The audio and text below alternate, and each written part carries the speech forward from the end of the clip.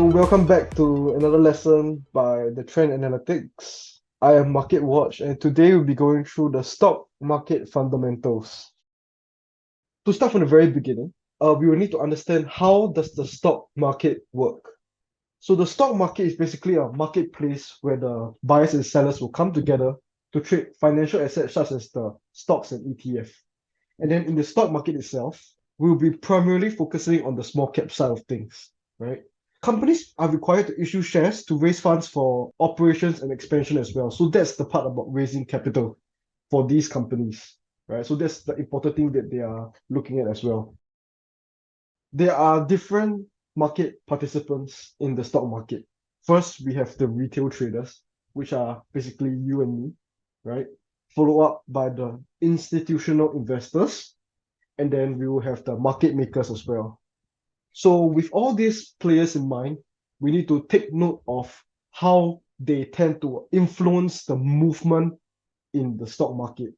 So all these are important concepts for us to remember and also for us to take note when we are trading, because all these people will tend to affect how these little price changes happens, how the trading psychology of each and every one of these market participants will affect the every movement of the stock market.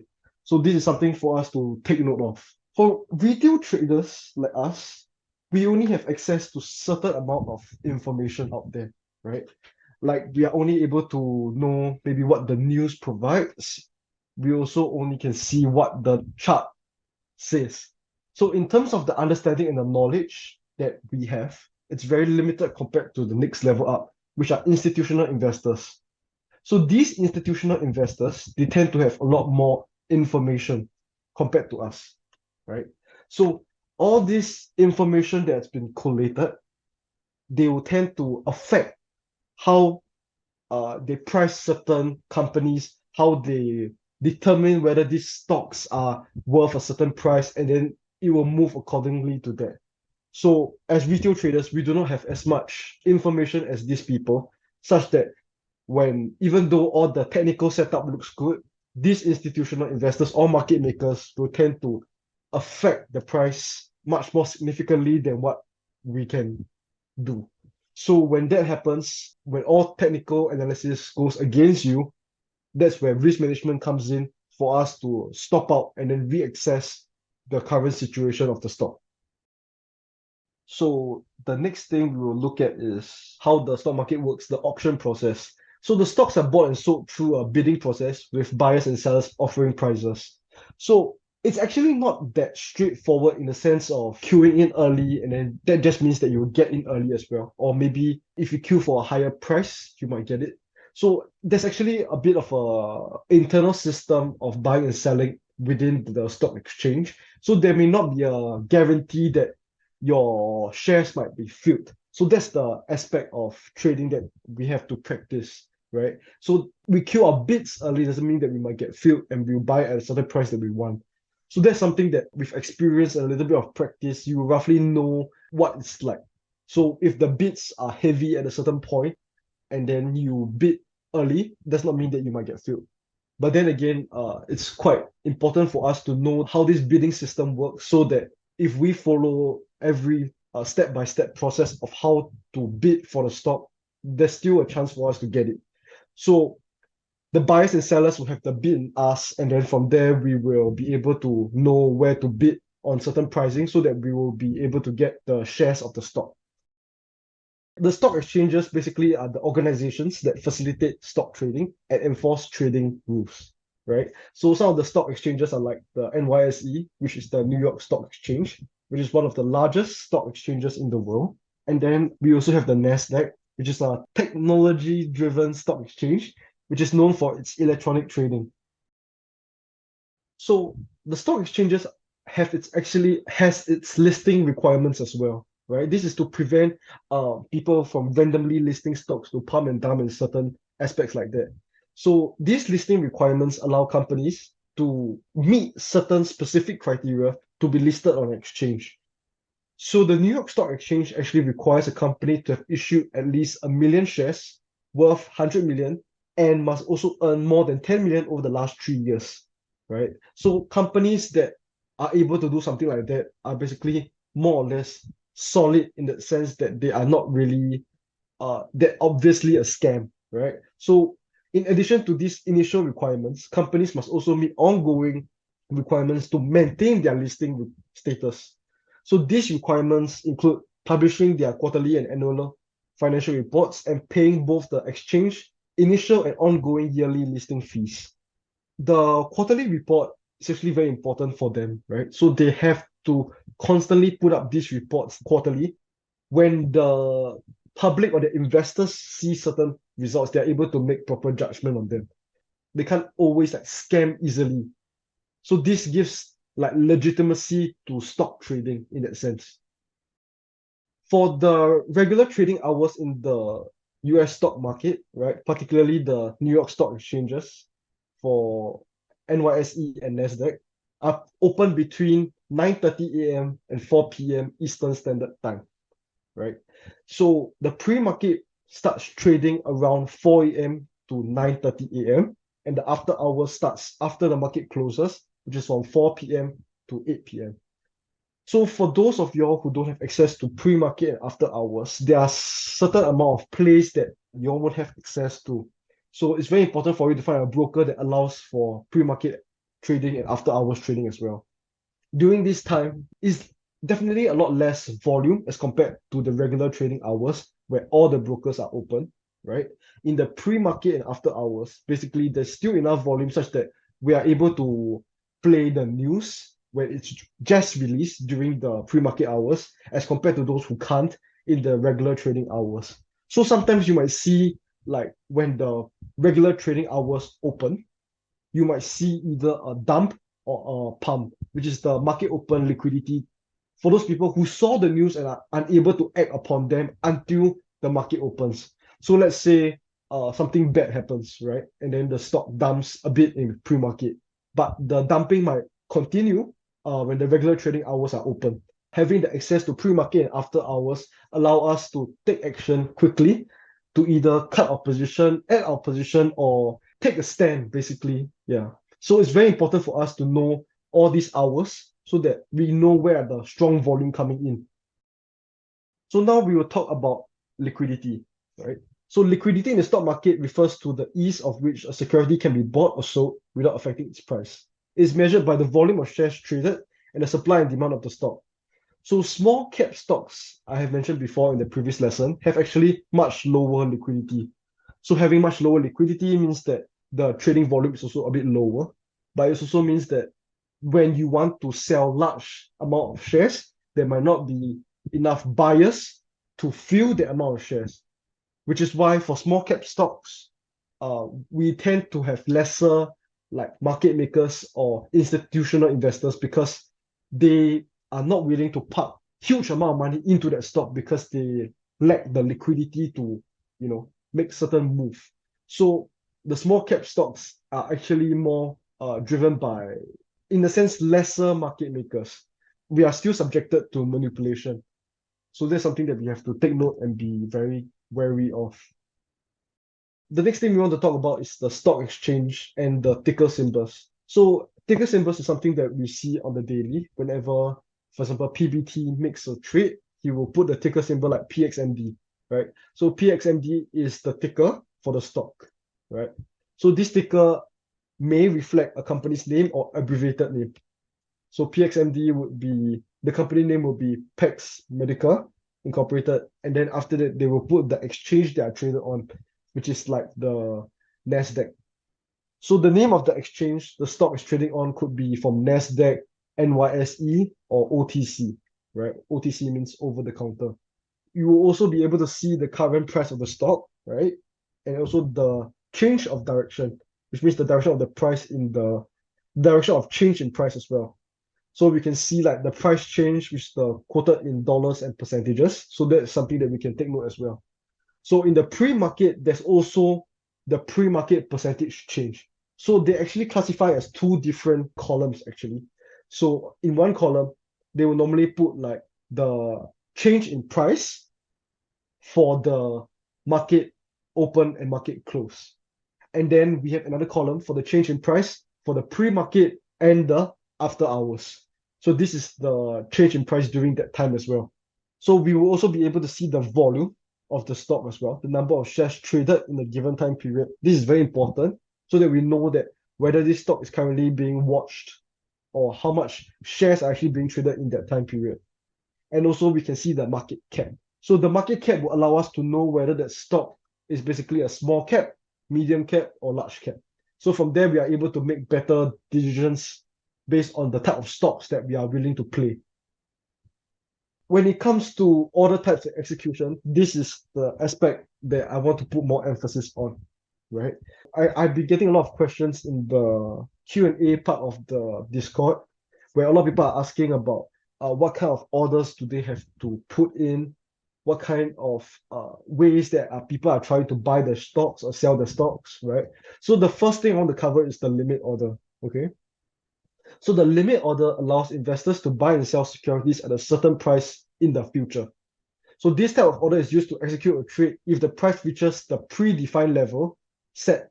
The order will not be filled if the price does not reach this level. But there's also this aspect that it might reach that level, but we might not get filled, which is a very big issue, right? Because sometimes, like I mentioned earlier, if the price touches the bid price that you have set for yourself, it might not get filled because the internal system might have queued differently, and then by the time that has happened, it has already bounced, right? When all has already been distributed to the point that the price has already bounced, and your shares might not get filled. So that is something for you to take note on when you are trying to place your limit buys or sells. So in effect, a limit order sets the maximum or minimum price that you're willing to buy or sell at, right? So the limit order is something that you can place at any time in the market, which means that you can do it in pre-market, you can do it during market open, and you can do it during the after hours as well. The limit order allows you to place the buys or sells at a specific price that you want, which could be your stop loss price or your take profit price. So this is something that you have full control as to how much risk you're willing to take and how much profit that you're willing to take as well, where you can either be conservative or a little bit more risky, all depending on your risk appetite at the end of the day. So the limit order gives you that freedom to control and to see what's the best prices that you can feel for yourself. But we must also remember that if you're overly conservative, you might not get filled, right? So if you're overly risky, you might miss your take profit as well. So these are the type of things that you have to consideration, and you also have to practice in that sense, where you have to practice to see where you stand. So don't go too big of a sizing at the start when you're still trying to figure out what is your risk appetite like. So the next thing we'll talk about is the market order. So a market order is an order to buy or sell a security immediately at the best available current price. So this type of order guarantees that the order will be executed, but does not guarantee you will execute at the current price shown during that market. Like I mentioned before, there's an internal system going on, and when you press market sell or market buy, you might not get filled at that price that you have seen, right? So the other big difference is that the market sell or market buy can only be done during market open hours, which is from 9:30 a.m. to 4 p.m., right? During those hours are when market orders are able to be filled.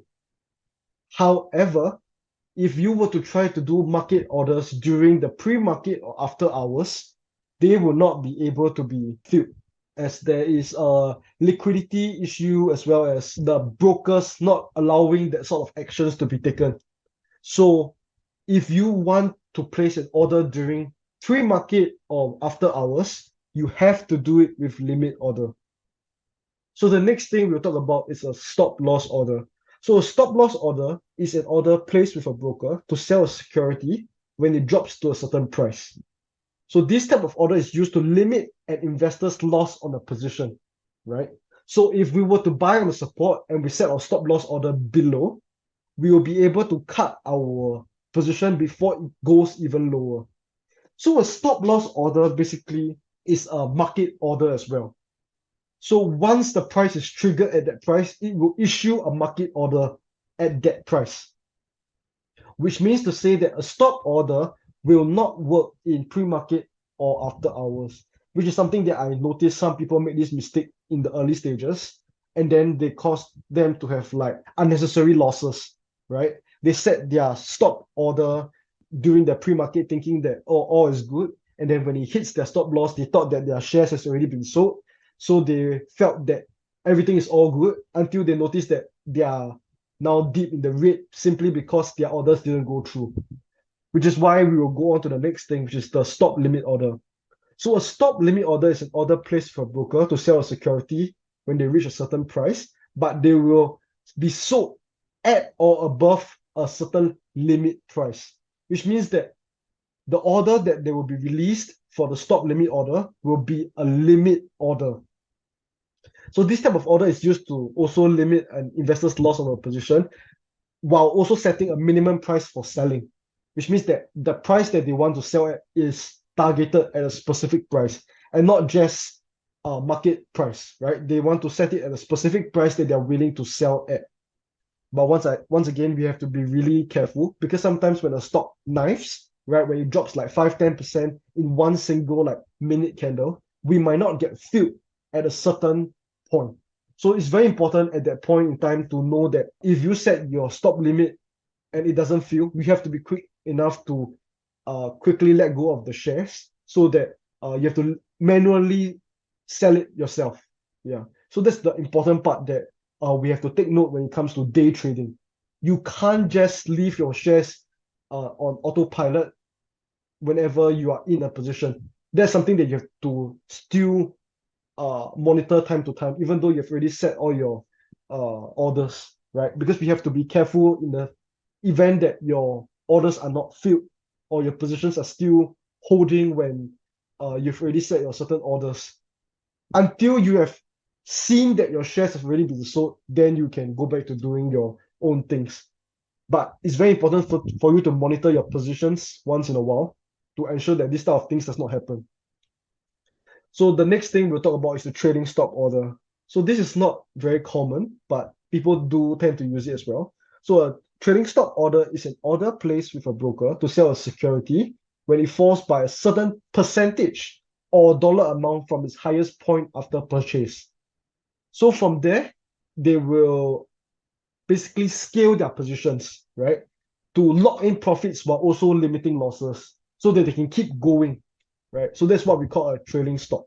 So these are basically the simple orders. So there's also a lot more advanced orders such as like limit if touched, market if touched, so on and so forth. So there are actually more than one way to set your take profit and your stop loss at the exact same time, right? Because right now you are actually unable to set your limit and your stop loss at the exact same time because they are contradicting orders, which means that once you set your limit orders to sell, which is your take profit, you will basically lock your shares in that order, in that limit order, which means that once the price hit the stop loss price and they try to set the limit order, your shares are unavailable as they are currently locked in the limit sell, the initial limit sell that you have placed for your TP. So because of that, you will not be able to stop loss in time. And then the price will just go down, and then that's what happens when your stop order doesn't get filled. So that's a very, very big issue that a lot of people have initially when they want to, go on autopilot by setting their limit sell and then their stop limit at the same time, thinking that they will be able to sell in time. We will now talk about how to read the stock quote. Basically, that's not I mentioned already. From there, you'll be able to see your company name, the stock exchange, the stock ticker symbol, and then from there, you also be able to see the current price, the price change, and then the market cap as well. So over here, you can see that you have the nano cap, the micro cap, the small cap, mid cap, large cap, and mega cap. So for us, we tend to trade in the small cap range. However, there are times that the stocks that we trade tend to fall in the sector of micro cap or even the nano cap. So it's very important for you to take note of that aspect, right? The opening price, the high and the lows are also very important price for us to take note, right? Because, for example, the high price, which is the today's highest price, you will know that it's the high of day, which makes it a very strong resistance level as well. And the low of day also makes it a very strong support level as well. So stuff like this are important for you to take note. So you can also see things like the PE ratio, which is the price to earnings ratio, which is a classic valuation metric which allows for people to check the price of the share divided by the earnings per share over the last 12 months. So a lower number suggests the stock is cheap, while a higher number suggests the stock is currently expensive. You'll also be able to see things like the dividend yield, which shows the next 12 months of dividends per share divided by the current share price. So from there, you also be able to see the 52-week low and 52-week high. So these two numbers are also very important because they will show you like the major support levels on that in that sense. The 52-week low especially is a very major support level. So once you break that, we are currently now in free fall to even new lows of the stock, which normally is a very bearish sentiment. So there's one more thing that I want to go through, which is the level 2 data. So the level 2 data is something that I think is very important for everybody to at least understand the basics of it. What you see now on the screen is basically the order book, right? Or the level 2. A level 2 is a service that provides real-time access to the Nasdaq order book. It is intended to display market depth and momentum to traders and investors. So the level 2 gives the trader a visual display of the price range, associated liquidity at each individual price level. And with this information, a trader can determine entry or exit that assure that there's liquidity needed to complete the trade. But on an advanced level, you also can see that the certain bid price, if they have a large, shares at a certain bid price, that maybe that's like a very major support level. Or if you see the ask price, which has a huge amount of shares, that people are currently setting at, is basically like a huge resistance level as well, which I will go into that in another lesson. But that's how much information level 2 actually provides. So the bid price is the highest price a buyer is willing to pay for a stock. And the ask price is the lowest price a seller is willing to accept. So I don't want people to try to think of it as bid is buy, ask is sell, right? Because the bid price and ask price are just price levels that there's an exchange in buyers and sellers, both sides. So the bid is just basically the highest price a buyer is willing to pay for a stock, while the ask price is the lowest price a seller is willing to accept. The bid price, the highest bid price that it can go is the current market price, while the ask price, the lowest it can go is the current market price. So it actually forms kind of like a snake like that. So it goes from the high to the low, all the way to the market price, and then after that it goes even higher all the way to the ask price. So it's like they call it the ticker tape back then. So that's something that everybody should take the time to go and read up and learn. And in another lesson, I'll go through more in depth on how we use level 2 data to trade as well, such that we are able to make more confirmations and more convictions to certain entries that we take. Reading a stock's code is, like I mentioned just now, essential information about a stock, right? So these stocks codes summarize stock's current market activity, while the bid and ask I've already mentioned is the highest price a buyer is willing to pay for a stock, while the ask price is the lowest price the seller is willing to sell, right? And then we also can see the volume. So volume don't just mean buyers, volume also means sellers. So this gives us an impression of how many people are actually, or how much attention this stock is currently getting as well. And then real-time data, which is the up-to-the-minute information on the stock's performance. For us as day traders, this is a very crucial thing for us to have, for us to watch and learn the important details that the stock is currently providing, right? All this information for us to make very sound decisions during that minute by minute action. We also have the traders also use real-time data to access price movement and market sentiment, which is a very important aspect of day trading. And finally, order execution, which I've already gone through before, for traders to know how and when to execute their orders, which is super, super important. The execution aspect is super important in trading.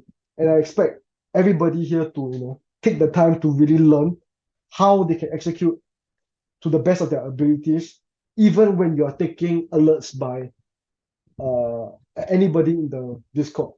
Because even if you know the idea of how to do it, if you can't execute it right, you will still, sometimes go into losses, which is, it's not something that we would like because the idea is already there. We want to capitalize on the idea as best as we can. That will conclude the lesson for today.